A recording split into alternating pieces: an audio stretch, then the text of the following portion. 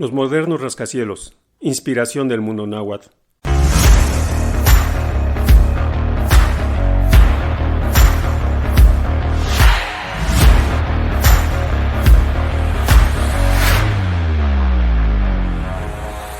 Bienvenidos al descubrimiento del conocimiento ancestral de México y el mundo. Revista Jefao te llevará por el océano de la historia universal. De México y Anáhuac siempre han sido protagonistas.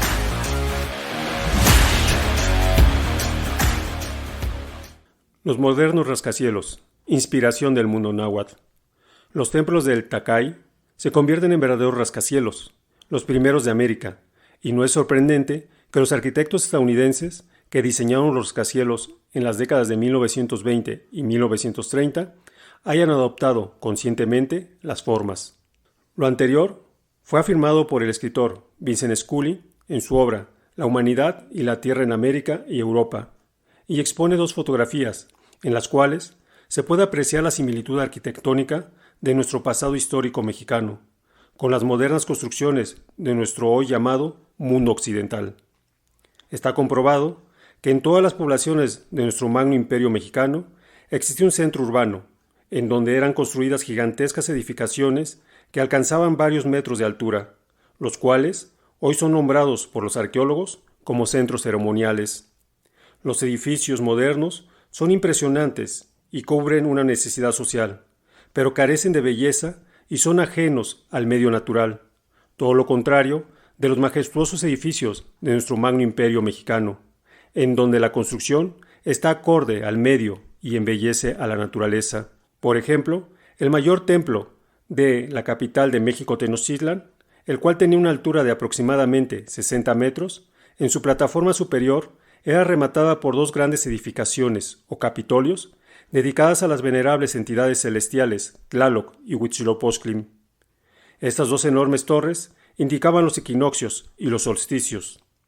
Los arqueólogos estadounidenses, después de muchos años de investigaciones, han llegado a la conclusión que la cultura tanto del norte como del sur del continente fue una expansión del magno imperio mexicano. Al respecto, el escritor Stephen H.J. Lexon explica en su obra La arquitectura del antiguo sudoeste que culturalmente el antiguo sudoeste de los Estados Unidos era en realidad una extensión norteña del mundo mesoamericano.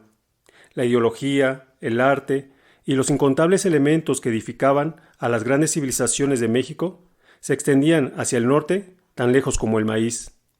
Al referirse a las construcciones de Chaco y Pueblo Bonito, ubicados en Nuevo México, asevera que la construcción implicaba una compleja coordinación de mano de obra y materiales, como el acarreo de miles y miles de enormes vigas de pino, desde bosques a más de 100 kilómetros de distancia.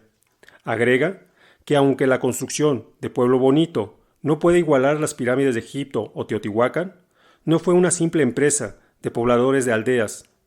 Si se toma en consideración la escala y la formalidad de las construcciones, estas fueron realizadas por un arquitecto, por lo cual, sin la menor duda, se pueden llamar arquitectura monumental.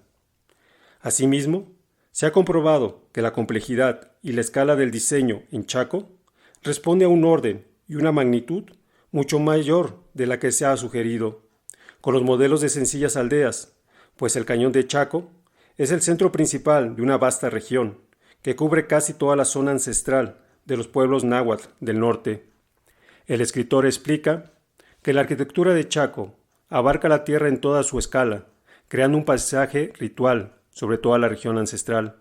En general, el arqueólogo trabaja de pie y a esta altura limitada, una gran casa de Chaco en la distancia puede parecer simplemente un mini pueblo, pero desde cientos de metros de altura en el aire puede verse como una geometría simbólica y ritual. Su posición central y sus antiguos caminos, que unían el centro con sus asentamientos satélites más pequeños, que los extraordinarios monumentos arquitectónicos del Cañón de Chaco, abarcan más de 260,000 kilómetros cuadrados. Ninguno de estos asentamientos satélites estaban aislados. Para tener una mejor idea de esas monumentales zonas urbanas de nuestro magno imperio azteca, anexamos un plano de esta zona. Los anteriores datos nos indican que los grupos sociales náhuatl del norte habían edificado verdaderos centros urbanos en zonas habitacionales y casas de 1 a 4 plantas o niveles, con calles amplias y rectas, con servicios públicos y con producción agrícola totalmente autosuficiente, centros urbanos que sirvieron, posteriormente, de modelo para las actuales ciudades. Algunos escritores habían afirmado que los grupos sociales náhuatl, como los apaches, hopis, entre otros, no contaban con ciudades establecidas cuando se consumó la invasión anglosajona a esas tierras del norte, sino que vivían en pequeños grupos con casas de palos forradas con pieles, llamados tipís, casa de campaña o viviendas efímeras. Cuando se llevó a cabo la invasión anglosajona, llamada Conquista del Oeste, estos grupos náhuatl habían abandonado sus ciudades desde hacía más de 300 años, pues cuando llegaron los primeros invasores latinos, se fueron a vivir a los bosques y montañas para no ser esclavizados. Posteriormente, a aquellas poblaciones náhuatl se les llamó pueblos fantasmas, porque estaban deshabitados desde hacía mucho tiempo atrás. Sin embargo, está comprobado que a la llegada de los invasores anglosajones existían poblaciones netamente náhuatl y que sus habitantes tuvieron que huir y abandonar sus casas ante la crueldad de los agresores. Las poblaciones náhuatl del norte, al igual que las poblaciones del centro del continente, tenían diversas construcciones arquitectónicas, pues construían casas de material durable, como piedra, tabique, adobe y piedra. Estas edificaciones se realizaban según la zona ecológica o el clima. En los años de 1500 había una enorme diferencia entre los pueblos de Anáhuac y Europa. En el Magno Imperio Azteca, las ciudades contaban con los servicios públicos, calles amplias, limpias y bien trazadas. Todos sus habitantes o ciudadanos tenían casa con recámara, sala, cocina, baño, jardín o patio. Todos los enseres como cama, comedor y sillones, así como alimentación suficiente y trabajo. ¿Cómo vivían los europeos en esos mismos años? El escritor italiano Umberto Eco, en su obra El nombre de la rosa, describe: «Me describió una infancia muy penosa en una aldea donde el aire era malsano, las lluvias excesivas y los campos pútridos, en medio de un aire viciado por mismas mortíferos. Los señores tenían los rostros blancos, como los pobres, aunque observó Salvatore, muriesen mucho más de estos que de aquellos. Quizás, añadió con una sonrisa, porque pobres había más. Los predicadores anunciaban el fin de los tiempos, pero los padres y abuelos de Salvatore recordaban que no era la primera vez que esto sucedía, de modo que concluyeron que los tiempos siempre estaban a punto de acabar. Y cuando hubieron comido todas las carroñas de los pájaros y todos los animales inmundos que pudieran encontrar, corrió la voz que en la aldea alguien había empezado a desenterrar a los muertos.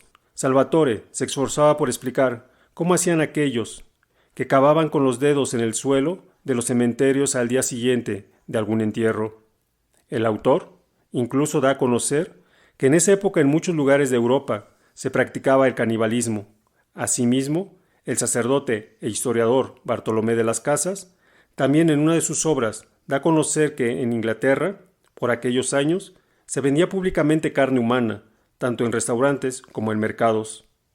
Lo anterior lo hemos expuesto para darnos una mejor idea de la situación real de la sociedad náhuatl y la europea, la cual nos indica que los centros urbanos, desde la planificación de la ciudad hacia sus diversas construcciones, fueron tomadas como modelo para las actuales ciudades de América y de muchas partes del mundo.